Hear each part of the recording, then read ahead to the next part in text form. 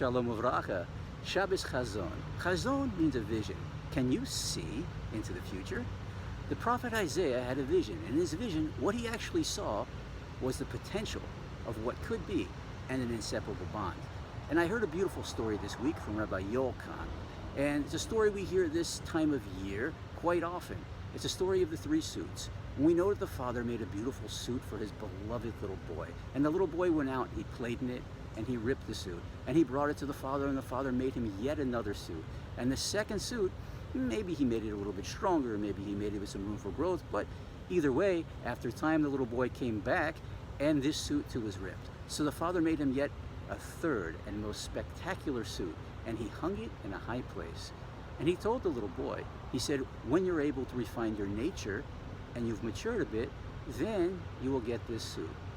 And it reminds me of a personal story. When I was a single man and I was looking for my besheret, I came so close to going to the chuppah. I even had a kapota and a gartel. And when it didn't happen, after hearing this story again one year, I hung my kapota and my gartel in a high place, so when I was learning or when I was resting, I could glance up at it and understand when I too had changed my nature and had matured, that Hashem would give me the blessings of having a wife.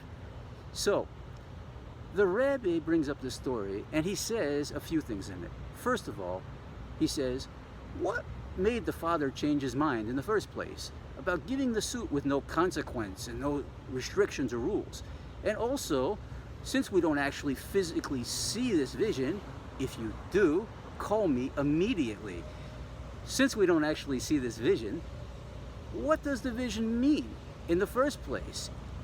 So the Baal Shem Tov says that the vision is something that comes in a way that gives our soul a feeling to do teshuvah, and even though we don't see it, it affects our soul in such a way that it draws us to it. Yet, teshuvah on our own is a little bit different and has more lasting effects because we actually put in the effort to do this. So we can also relate this to the months. In the month of Nisan, you can relate to the first Beis Hamikdash. Hashem took us out of the land of Mitzrayim. We did nothing. He just made great miracles and took us out. And also we can relate this to the second month of the year, the month of Iyar, which is a month fully dedicated to Sephirah HaOmer and refining ourselves and bringing us to a place where we can receive something, and the third month of Matan Torah and Sivan, which is related to the third Beis Hamikdash, which also by our effort and Hashem's effort together, we receive the Torah.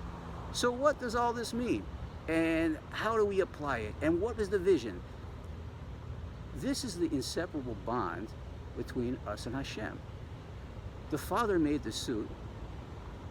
He gave it to the boy. The second suit, the same thing, but the third suit had the input and effort of both the father and the son. And we know that teshuvah that comes to us from above is a beautiful thing.